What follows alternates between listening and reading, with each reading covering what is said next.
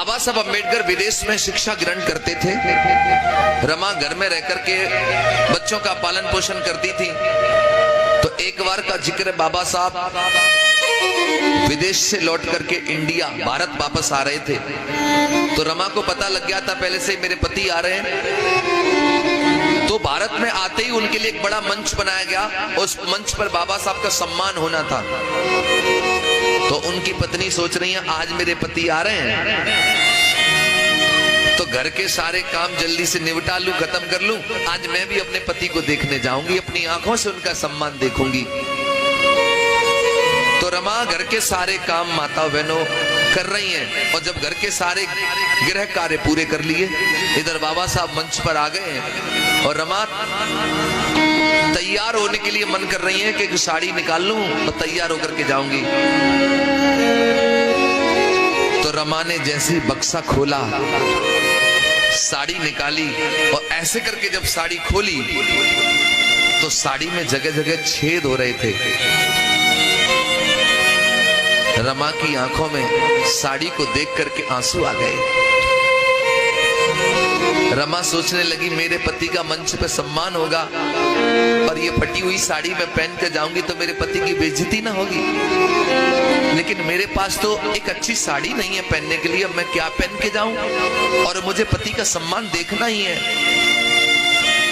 तब रमा को याद आया कि साहू जी महाराज ने एक बार मेरे पति को सर पे वो फेंटा बोलते हैं पगड़ी, वो बांधी थी।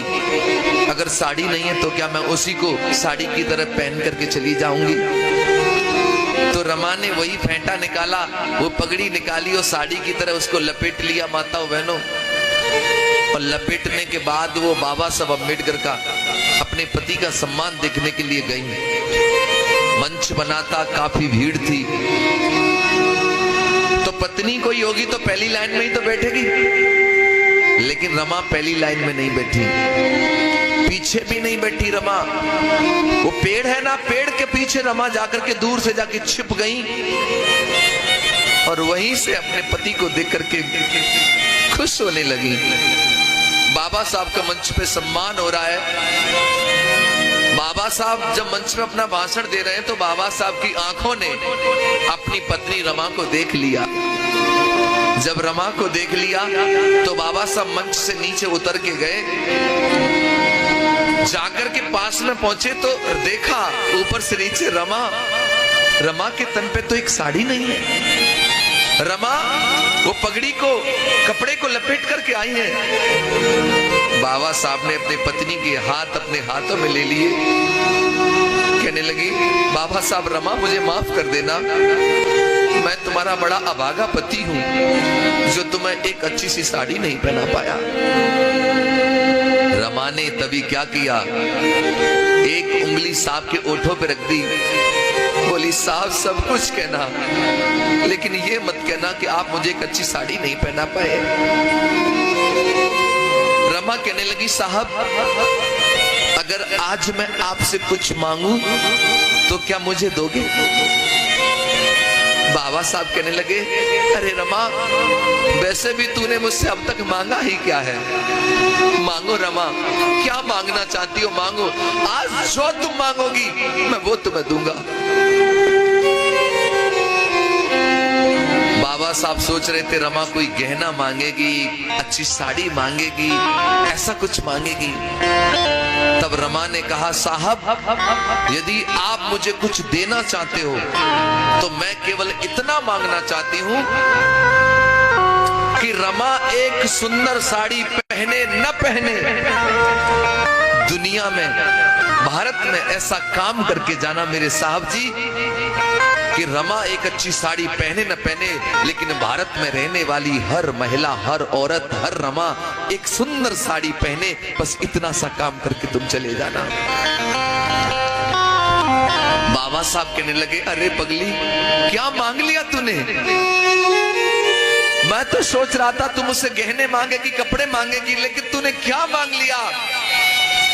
माताओं बहनों मैं तुम्हें यह कहना चाहता हूं कि आज तुम्हारे तन पर जो सुंदर साड़ी दिखाई दे रही है ये तब तुम्हारे तन पर एक सुंदर साड़ी है क्योंकि रमा ने कभी अच्छी साड़ियां नहीं पहन पाई, लेकिन बाबा साहब तुम्हें अच्छी साड़ियां पहनने का मौका दे गए।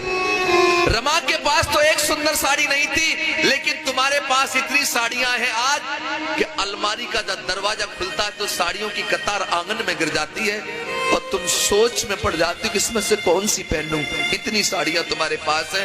लेकिन बाबा साहब की पत्नी तो उन दिनों गर्दिश में जी और अपना पूरा जीवन समाज के लिए लगा गई, तुम्हारे लिए सब कुछ कर गई। ऐसी थी रमा। लेकिन बड़ा दुख होता है मुझे, लेकिन बाबा साहब अम्बेडकर की चर्चा होती है तो 500 रुपए आदमी दिखाता है तो एहसान करता है कि मैंने 500 दे दिया, मैंने 200 दे दिया।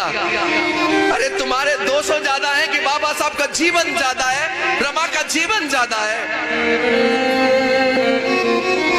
बड़ा दुख होता है मुझे कि जिन्होंने अपना संपूर्ण जीवन, अपना पूरा जीवन समाज के लिए समर्पित कर दिया, आज वही समाज के लोग अपने घरों से निकलने में शर्म महसूस करते हैं। नौटंकी तमाशों में अपना बिस्तर लेके पहुंच जाएंगे, लेकिन बाबा साहब का कार्यक्रम सुनने के लिए उन्हें हाथ जोड़ने पड़ते हैं, आ जाओ सुनने के लिए, आ जाओ सुनने के लिए।